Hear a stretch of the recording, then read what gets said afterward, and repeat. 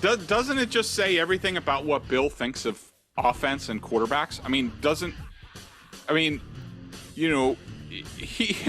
he would never leave himself shorthanded on defense.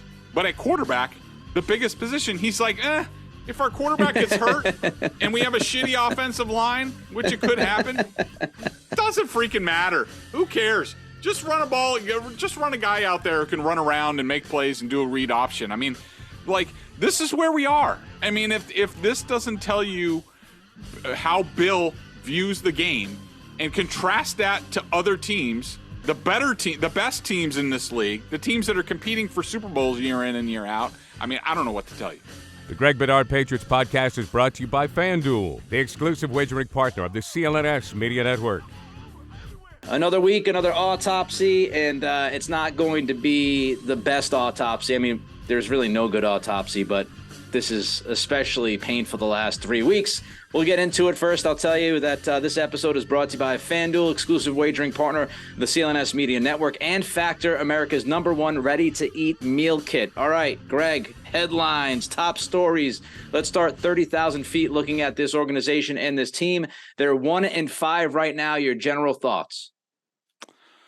So my general thoughts is they are sort of nowhere on offense. The Raiders, we sort of talked last week about how, the first 5 games of the season, they went against a lot of top defenses. And I thought that their opponents sort of made the Patriots offense look worse than it actually was. That with a new coordinator, with their injuries on the offensive line, that they were going to have a tough time in any event, but that they looked pathetic and at the bottom of the league, like one of the league's worst offenses. To me, that was as much about who they were playing and where they were as an offense under a new coordinator and Bill O'Brien.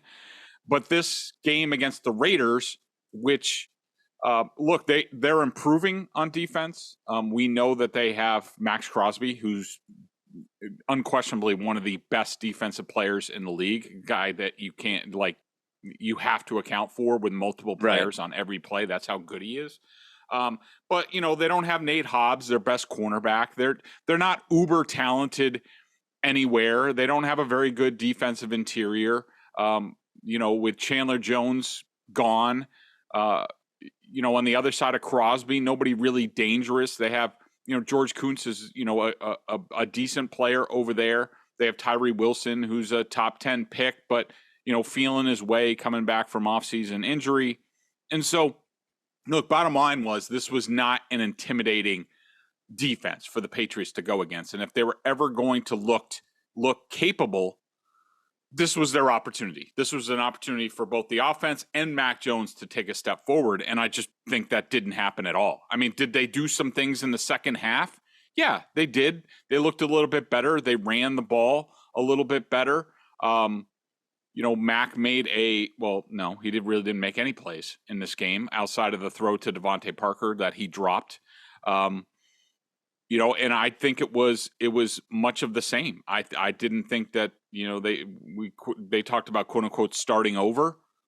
I mean, when you come out and you get penalties on the first 2 plays of the game and, you give up a sack and just all sorts of mistakes again, like, where the hell's the starting over? Where was the difference? Where was and considering the opponent, it was even more disappointing. And so, I guess my general thought is, to me, when I looked at this game and I looked at the Patriots offense in particular, because, we don't really worry about the Patriots defense, and we'll get into them, and they have their issues as well. But you could certainly play winning football with the Patriots defense the way that it is.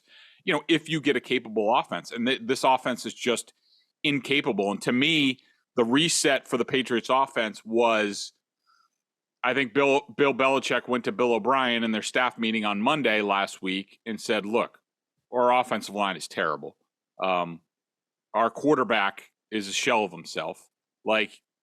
Figure out a way to move the ball without, stressing either of those 2 things. And I think that's what Bill O'Brien set out to do. I thought he actually did a really good job in this game as far as play calling and setting up and how they needed to play. I did have some issues. Like, I wish he would have run on first down more. He didn't do that till the second half, and finally that's when they started to move the ball. I don't understand that. If I have one criticism of Bill O'Brien, it's he's one of these offensive coordinators, and I think it's a Patriots thing because McDaniels gets like this also, even though in this game he probably ran the ball too much. But, where it's like, well, we have to catch him off guard or we have to do that. Like, no, when just run the ball. I mean, look at where you are as an offense. And so, I thought they changed some things on offense. I think the results were largely the same, and that's disturbing, especially when we start to talk about Mac Jones, because I definitely have some thoughts about him. Should have run the football more. I agree with you. I don't know how you run the ball 19 times against that Raiders defense. I don't know how you start the third quarter by running the football on first down 4 or 5 times. You drive right down the field and score a touchdown. 5 out of the next 8 first down plays were pass attempts. Doesn't make any sense to me. 2 of the 3 plays that weren't pass attempts on first down and were run plays were like inside the 5. They were goal line runs, which are easy go-tos. No sense to me whatsoever. This team at this point at 1-5, they're not good enough to beat good teams unless good teams lay an egg. That's the only way they're going to be a good team. They beat Buffalo this weekend. It's not because the Patriots figured all this stuff out. It's because Buffalo didn't play well enough. They beat Miami, and Miami 2 weeks from now, same thing. They can beat middling teams. They can beat bad teams. They're along that company. And I'm telling you right now, and I've said this, and I stand by it, the worst possible scenario for this football team is for them to win 6 or 7 games. That is the absolute worst case scenario if you want to try to build this thing and get Belichick out and make some massive, significant changes. You do not want to crawl into purgatory. There's 2 places to be in this league. I've been saying it for the last few years, Greg. You either want to be in the bottom 5 or the top 5, or at least have a chance to be in the top 5. Being stuck in that middle, not where you want to be. So you mentioned the whole starting over stuff. You didn't see too many different things. Let's kind of jump to Belichick, Greg. Just your opinions on Belichick and especially how this game started. I mean, to me, here we go again, right? Like at the beginning of the game, you can't get out of your own way. Yeah, to me, Nick, just looking at the big picture of where this team is and what they can do and what they can't do, I just think that Belichick's ineffective at coaching this team right now. I don't think, whatever message used to get through, was it mostly because of Brady? Was it mostly because of the success? I mean, they're so far gone from their successful times and the roster turnover that happens. Like, it's a completely different team. It's a completely different mindset. And I just think, to me, the Patriots organization, especially the coaching staff, it always filters down levels. So, Belichick gives the broad strokes and tells everybody, what he wants. And he's watching the team and he's giving them coaching points. And this is what we need to do better and things like that. And then it goes down to the, off the coordinators and then down to the assistant coaches. And I just think, with the mistakes that we've seen, and this is not a small sample size anymore, Nick. I mean, we can go back to since Brady left, but let's just look in the last 13 games, this team is 3-10. And I think, the victories were what, the Cardinals, the Jets this year, and the Dolphins with Skylar Thompson. I mean, to further your point that you talked about who they can beat. I mean, they're 3-10. They've won 3 of their last 13 games. This is not a fluke. This is not about injuries this season. This is not about, Matt Patricia or, what have you. This is about a team. It's about talent, and it's about how I just don't think the coaching is effective anymore. There's no way. I mean, if you looked at in just watching the film of this game, and look, the Raiders certainly made their fair share of mistakes. They were 1-6 in the red zone. A lot of it was their own doing. Kept this score close. The Raiders were in complete control of this game from start to finish. Yep. Basically, and they just couldn't. Like, for example, the Jabril Peppers interception with Tavai on Devontae Adams. that's Garoppolo being late with the pass. Like, he was a beat late with the pass. If he makes that pass earlier, Adams probably breaks a tackle and goes in for a touchdown, or at least, they have a first down, what have you. There were just little mistakes like that. But, to me, I thought that the Raiders were the much better coach team in all aspects of this game. And that it's come to this point just tells me that I just think that Belichick as a head coach is just ineffective at this point. It's not about the GM Bill letting down the coach Bill. If he was getting everything out of this roster that he could possibly get, then you would say, oh, it's the GM. I don't know how you feel about it, Nick, but I don't think he's getting everything out of this team. I think they're undisciplined. They make mistakes all the time. It's not just the quarterback. And, to me, you have to point it at Bill, that Bill is responsible largely for a lot of what's going on. The operation's a mess, and the operation is Bill Belichick's responsibility. And I'm not talking about the operation as far as roster construction. I'm talking about what you just mentioned, Greg. Penalties, the lack of attention to detail, circumstances and situations that should be rather obvious at times seem not obvious to this coach and this coaching staff. Fourth down decisions, the overall philosophy, the lack of aggressiveness. This team has zero identity. That's all in the head coach, all in the head coach. And we play this game of like, okay, well, you're either Team Mac or Team Belichick, whatever the hell game that is. This is not to, here's the disclaimer. Every time I talk about Mac, we have to do it. This is not to absolve Mac of the Dallas game, the New Orleans game.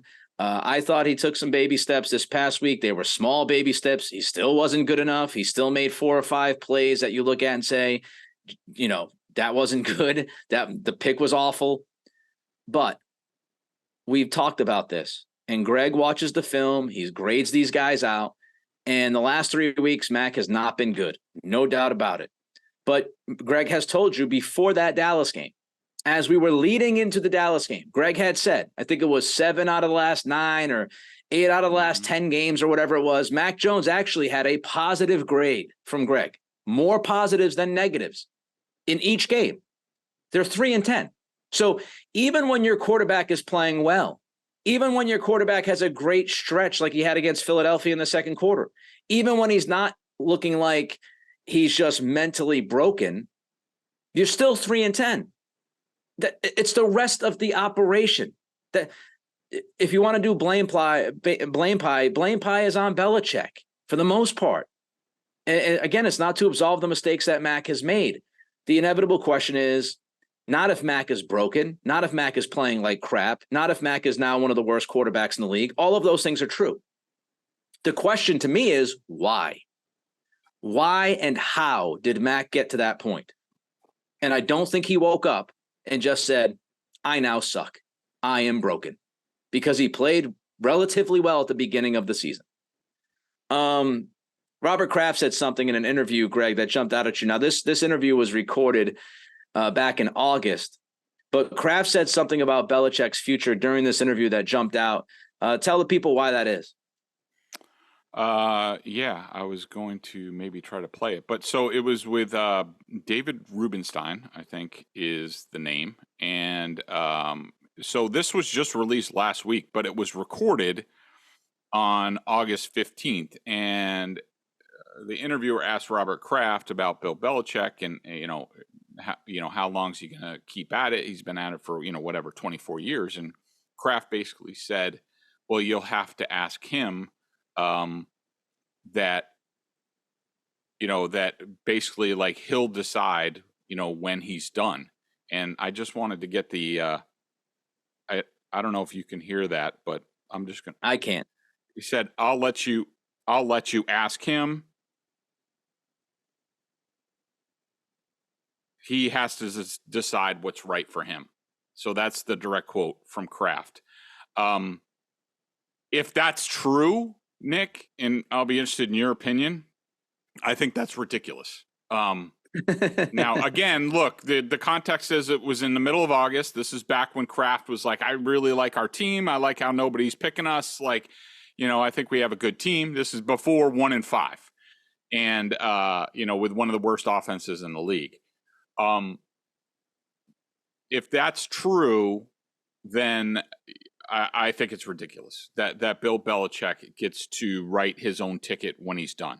I don't believe that to be the case. I think this is, to me, Nick, this sort of furthers the conspiracy theory. And this is something that I floated, I don't know, about a year ago when we were looking at 2024 and all the cap space they have, all the decisions they have to make, all the pending free agents that no one is re-signed other than, well, I mean, Devontae Parker and Juwan Bentley. The 5th-year option on Mac Jones, like all that stuff. I can't think that Robert Kraft just is going to let Bill Belichick just coach if he wants to stay until he's 85 and they're losing that's not going to happen. And this would be the 3rd losing season in 4 years. And by the way, I was looking back because somebody was asking me about Shula. Shula had 1 losing season, I think, in his last 19 years. And his last one was 8 years before he got pushed out by Wayne Huizenga. 1. And was 8 years before. Every other year, they were right around 500 or just over. And when he got pushed out, I think they qualified for the playoffs that year, but I might be mistaken on that.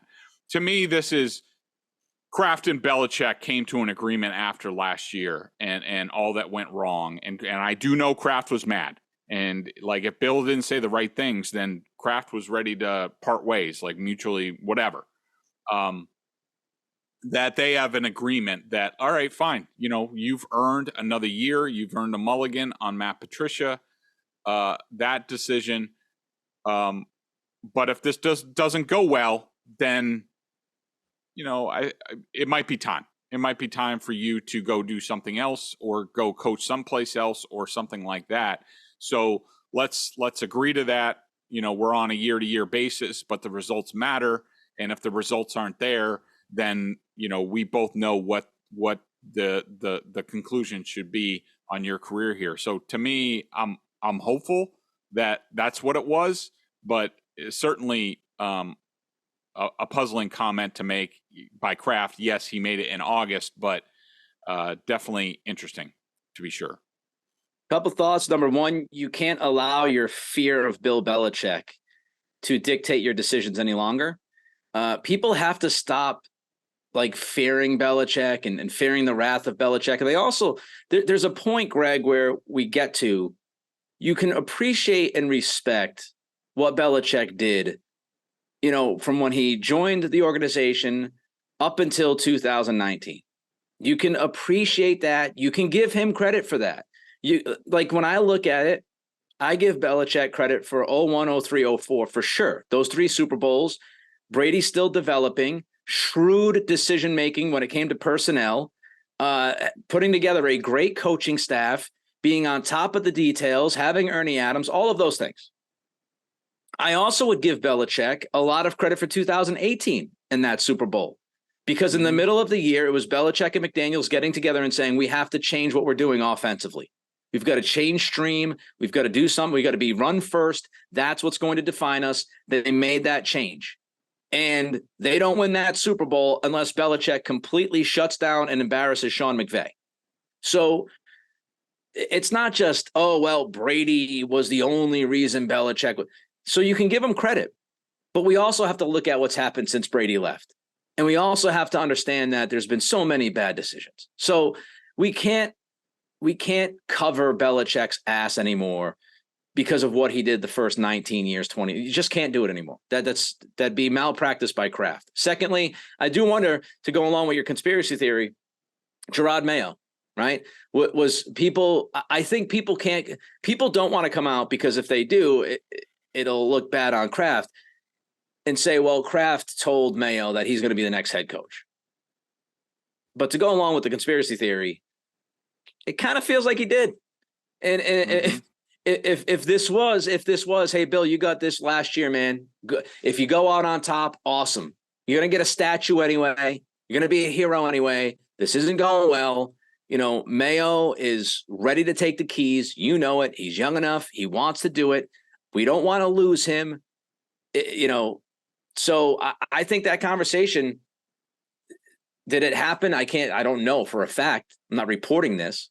But it would seem to make a lot of sense that Kraft went to Mayo and said, man, just wait one more year. I've had the conversation with Bill. We're moving forward without him in the next year or so. You're our next guy. Just stay and be here. And we're going to give you the keys to the castle. Just believe us. That's what would make sense to me. I completely agree with you. I think that, when Mayo turned down head coaching opportunities to interview, that was a big tell. You don't do that unless you're promised something. And to me, he is the coach in waiting. And to Nick, the big thing is, and we're going to have months to talk about this, the way the season is going, and Buffalo next up, and then Miami. So they're staring at 1-7 in the face.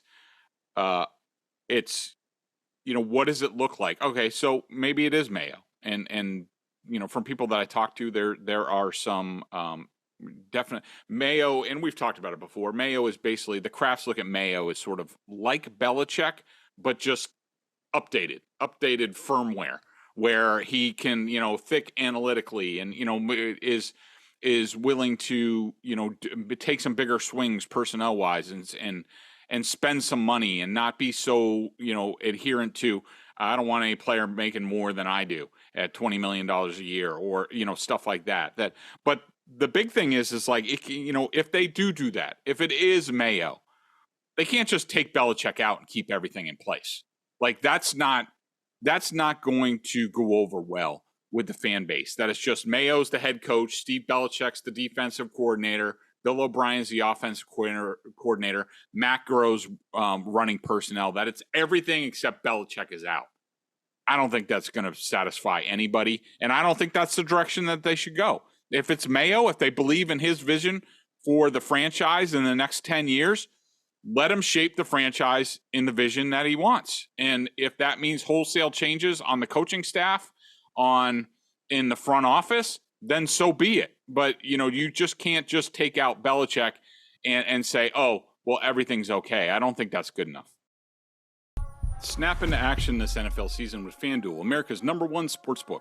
Right now, new customers get $200 in bonus bets guaranteed when you place a $5 bet.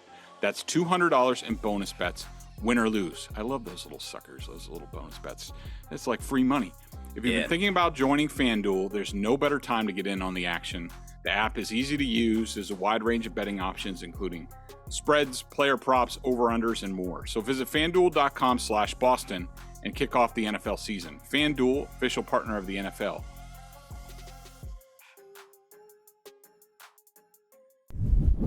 What if there was an app that used AI and machine learning to suggest smart sports bets? There is, and it's called Odds Are. It is a mobile app you need to know what bets of the day are smart ones. Download the app, sign up for an account, and let the latest data analysis guide you through today's point spreads, money lines, and over-unders. I just did it. It's easy. If you see green, that's a smart bet. If you see yellow, you're on your own. If you see red, don't do it. Odds Are doesn't take your bet, it makes you better at it. With Odds Are on your mobile phone, you're a tap away from making a smart play. It's smart betting made simple. Find Odds Are app in the App Store or on Google Play. Get a 2 free week trial. It's just $10 a month after that. But hey, listen to that. That's for the usual people, the normal people. Listeners to this podcast, the Greg Bedard Patriots Podcast, you actually get a special deal. Get your first 30 days of the app free.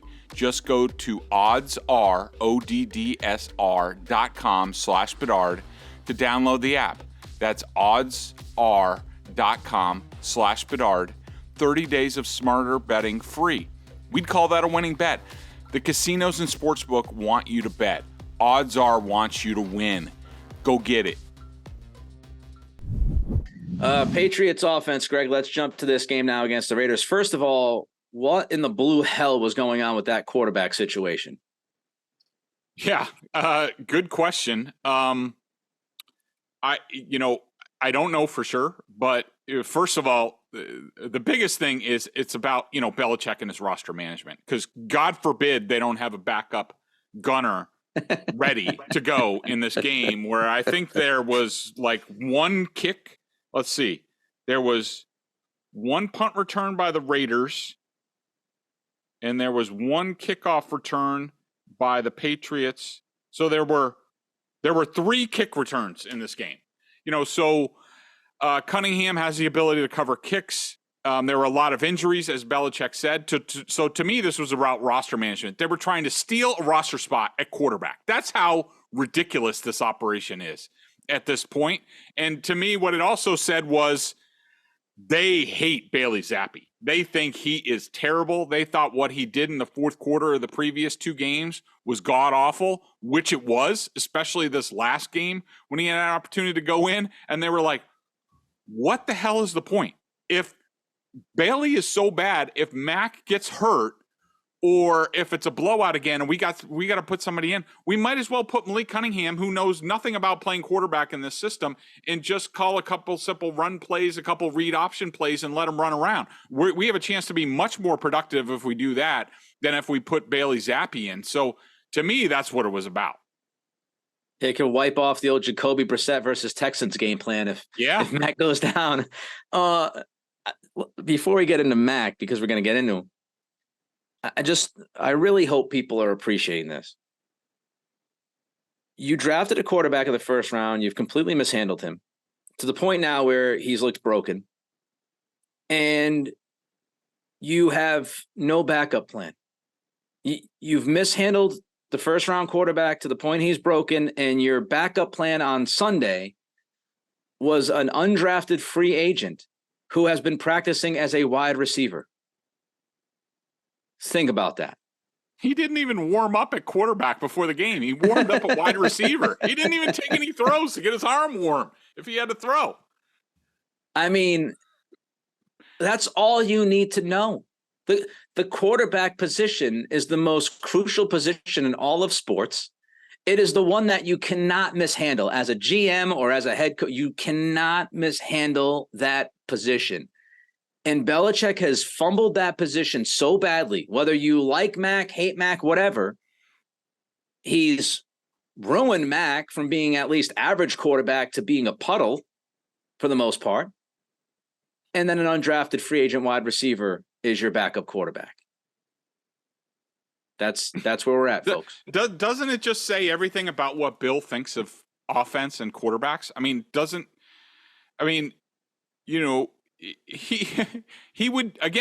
He would never leave himself shorthanded on defense.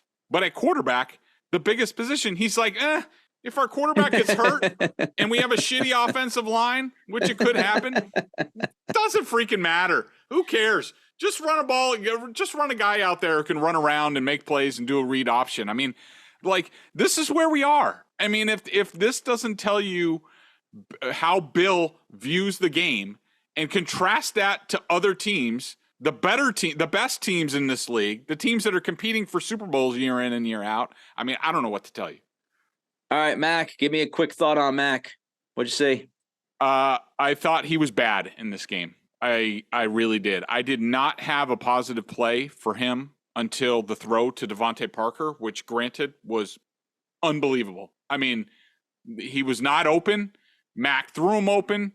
He put it, right where he had to with the game on the line. And of course, this can further go to, you can put this back into your Mac files that you brought out earlier this year, Nick, in terms of, lack of fourth quarter comebacks and stuff like that. You could put, it doinked off Devontae Parker's hands, which they would have had the ball at the Raiders. No, Greg, it wasn't off his hands. It was off his fingertips, according to Devontae. That's right. Yeah. What'd you see? So next. Look, here's the thing with Mac. And I do still believe, and people can roll their eyes, but I've been covering this league long enough. I've covered all sorts of different quarterbacks. Quarterback pressure is real, and the accumulation of pressure is real. The effect that it has on especially pocket quarterbacks is real. And Mac is still in the sort of PTSD stage as far as pressure, to the point where pressure wasn't really that much of an issue in this game. For the first time, I think, all season, or at least since week 1 against the Eagles, it was below 40%. I think I had it at 38%, even as bad as Vidarian Lowe and Antonio Mafi were. Pressure wasn't a huge deal. Here's here's my issue with Mac at this point. And to me, I think there was enough on film in this game.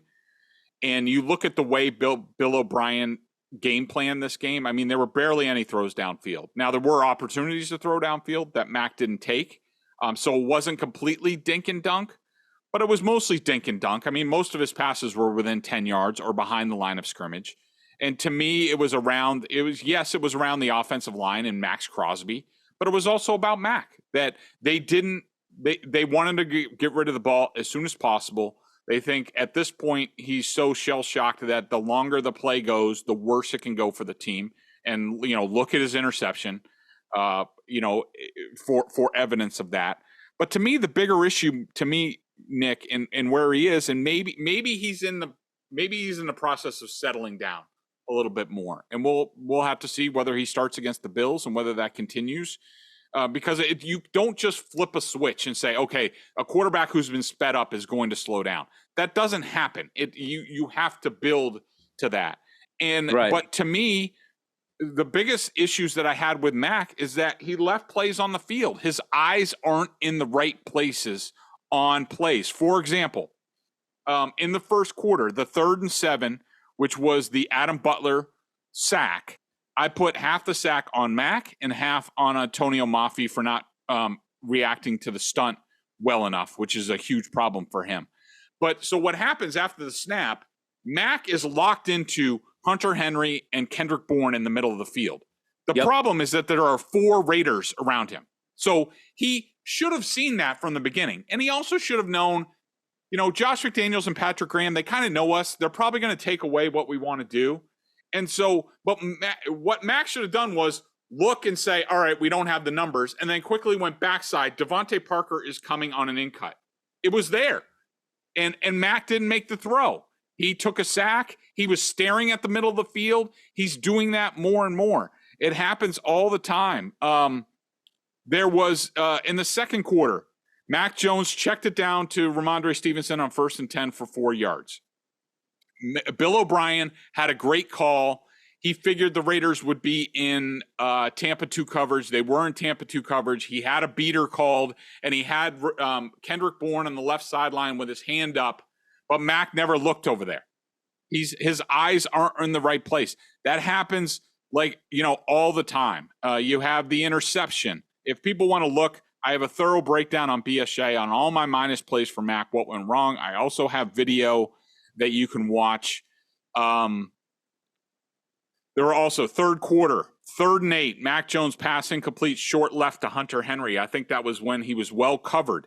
Again, Mac gets locked into Hunter Henry. He's just staring at him. It's not there where Bourne is open. He's wide open in the middle of the field. Why is Mac staying locked? This is not Mac. This is not the Mac Jones that I know. This is not the Mac Jones from his rookie year. He is getting locked into things. His eyes aren't in the right place. This happens over and over again. There was the deep shot to Tyquan Thornton. That was a balloon ball 10 feet out of bounds. It wasn't even close. And that's a ball you need to throw up. And by the way, Tyquan Thornton's speed was real on film. There's definitely something there, but I don't know if Mac can throw it to him. That's how fast he is and the issues with Mac right now. The Ty Montgomery, where Ty Montgomery caught the ball, but it should have been picked off by the Raiders in the red zone. Mike Gesicki's wide open in the middle of the field. His eyes just aren't in the right place. And to me, watching this film, if Bill O'Brien and Bill Belichick went back and if they said, yeah, that's it. It's not getting any better. He had the opportunity to make plays in this game. He's not making any plays. What are we doing here? This game plan is so simple at this point that whether it's Bailey Zappi or Will Grier, they can do it. To me, it's just a matter of time that Mac's on a 1 game sort of contract. Let's see how it looks this week. If they send him to the bench this week, it would not surprise me in the least. But if he gets another chance, okay. But as far as what's next, and I know people are taking my quotes out of context and things like that. Bailey Zappi does not have much support in the building. Now, some of his support, like say from Joe Judge, might be influential over Bill Belichick because he's assistant head coach. I don't know. I would say that there are, from my discussions, there are more people who want to see what Will Grier can do, who got an increase in practice reps this week. So if I had to guess, I think that Will Grier would get the next opportunity. Is he quite ready? Probably not. But I think, like I said, I think Mac's on a week-to-week basis at this point, and the film in this game was not good enough and is evidence, if they want it, to move on from him and do something different.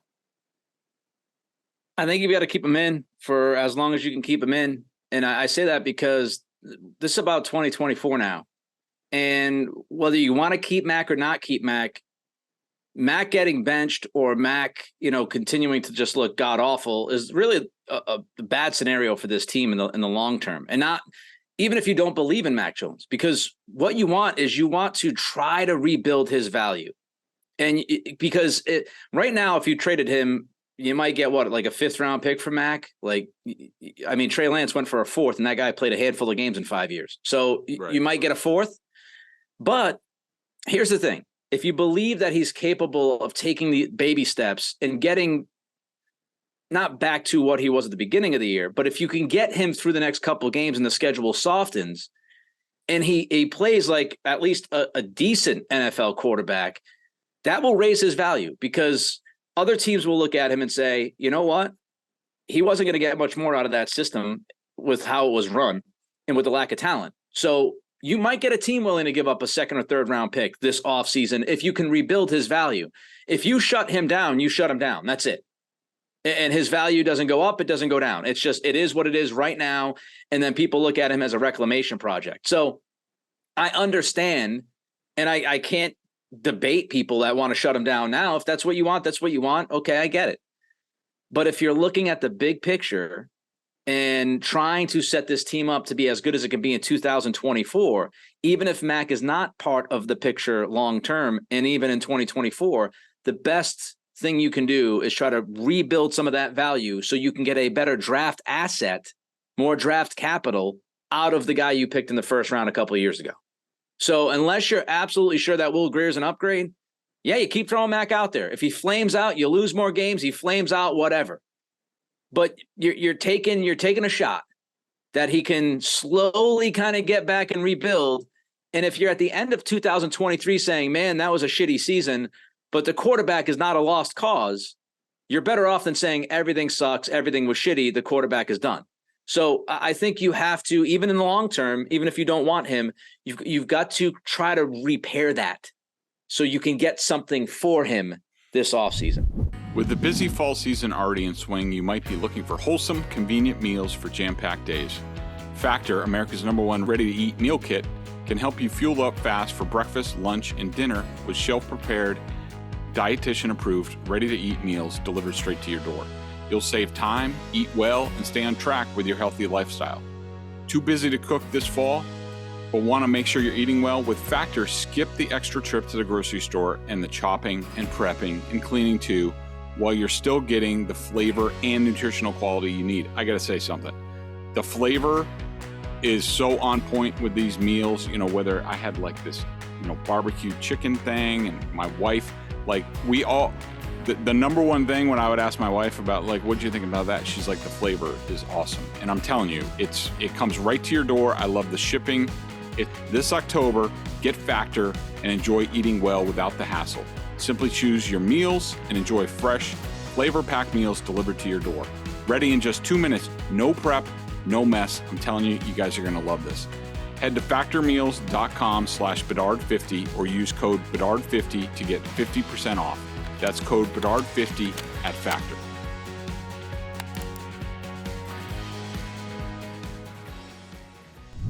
All right, Greg, quickly, before we get to 3 up, 3 down, Josh McDaniels versus Steve Belichick. Who won?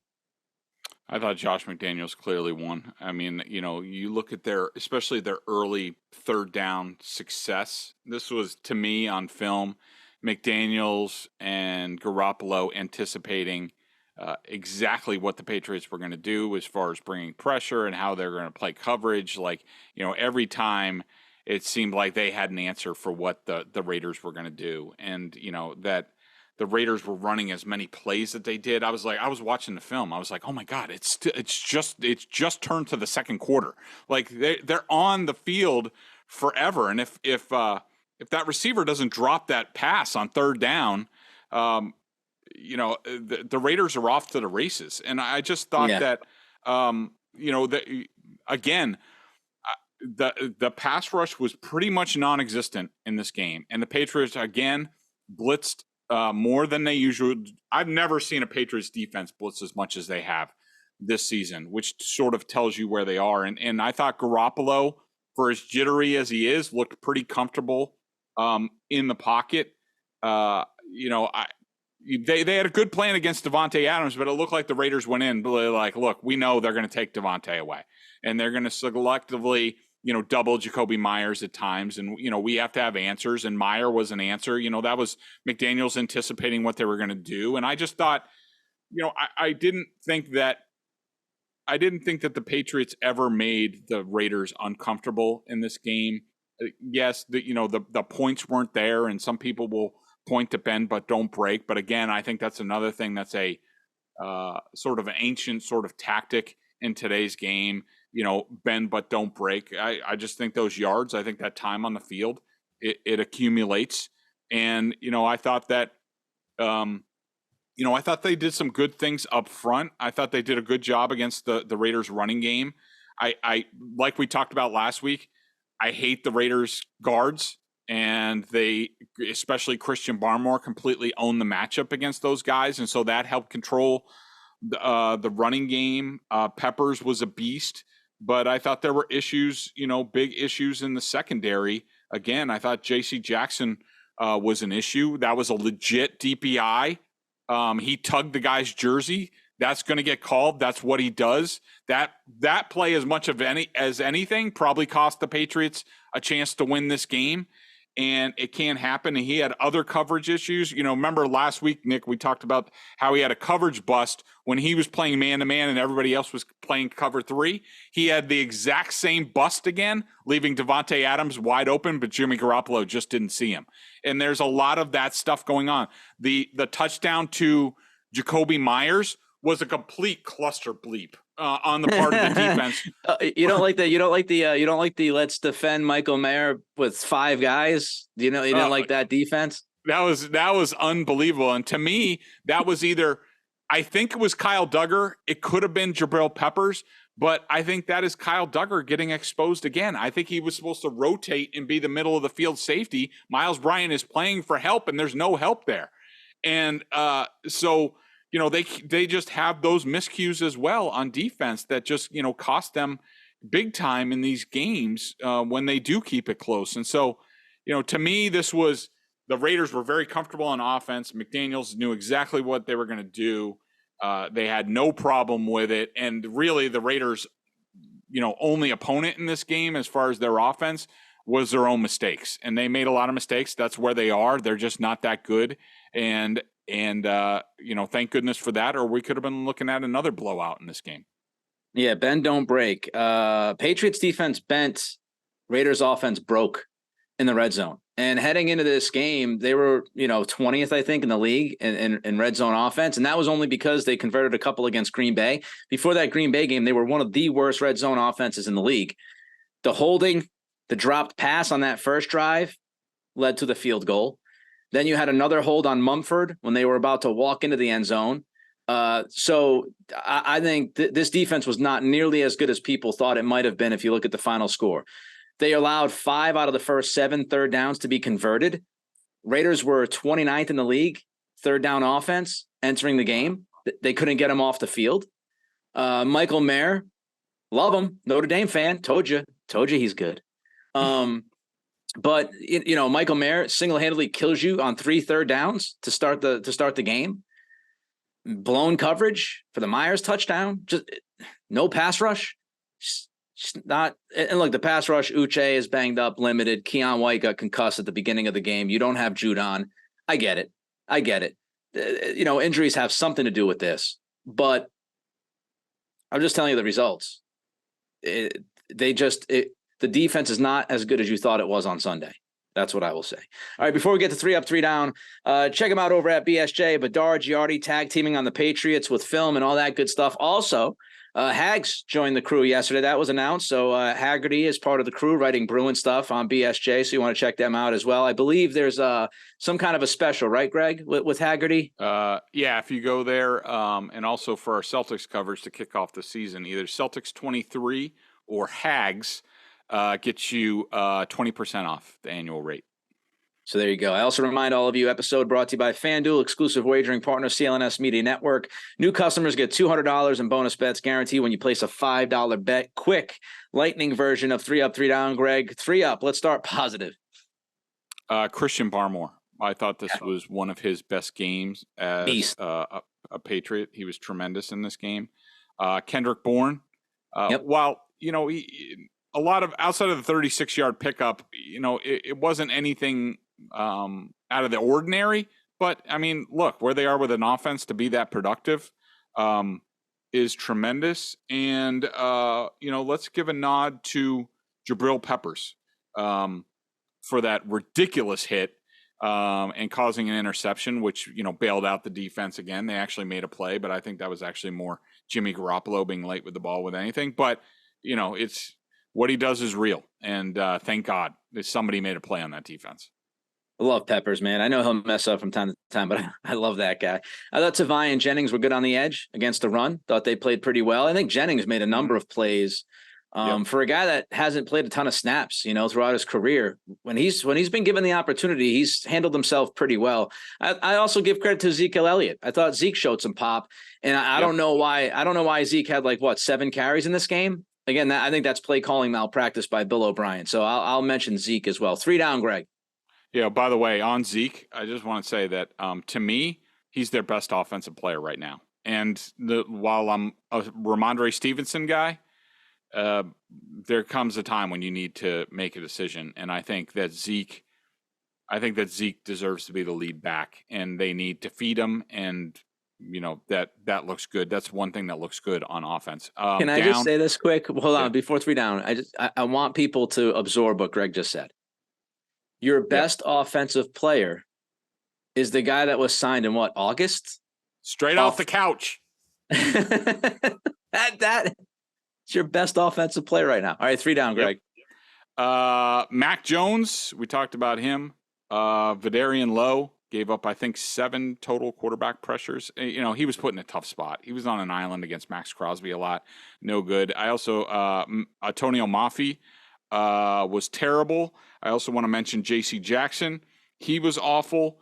And I also want to mention Devontae Parker for that ridiculous 3rd down route. We just have all day, Devontae. Take your time. Just stop in the middle of the route on 3rd down if you want to. There's not a football game going on here or anything. And the drop and his post-game press conference, it's just a joke. Him and Juju need to go. Can you trade them somewhere, get some used footballs? Come on. I'm sick of watching this stuff. Dude hopscotched into his route. Literally was playing hopscotch into whatever route he was running. Disaster. I'm done with Devontae Parker. I'm done with Juju. I'm done with those guys. Kayshon Boutte, he might not be able to get both feet in bounds, but at least he catches the freaking ball. Put Boutte out there, give him a shot. He should have been active on Sunday. Give me a break with this. Give me Bill, you were wrong. You were wrong on Parker. You were wrong on Juju. Mike Gesicki, ass over tea kettle, trying to block Max Crosby on the final snap of the game offensively. What are we doing? We'll be back.